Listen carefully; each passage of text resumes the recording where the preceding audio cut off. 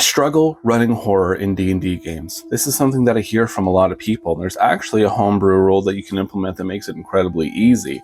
So of course there are a few things, you have to have the mindset, the story, and all that kind of stuff.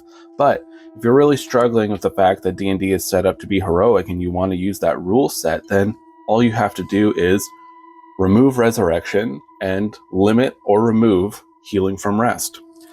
When suddenly a character can't just charge in to annihilating a bunch of enemies in front of them, it becomes a lot different of a game.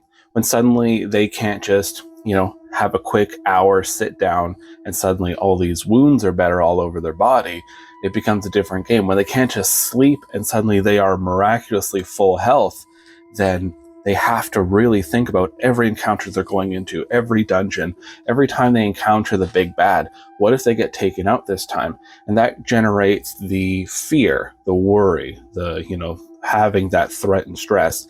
Now that is just a tool.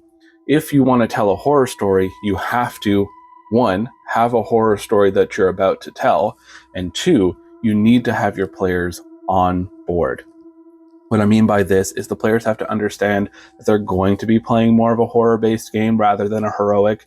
They have to understand they're going to be more survivors rather than heroes, and they're going to be understanding that the danger is quite high and to role-play their character as such.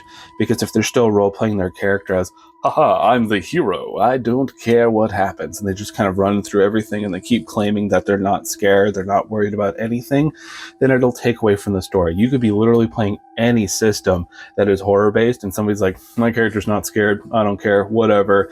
It ruins the whole thing. So have everyone on board, tell a horror story, and remove resurrection and limit and or remove the healing you get from resting.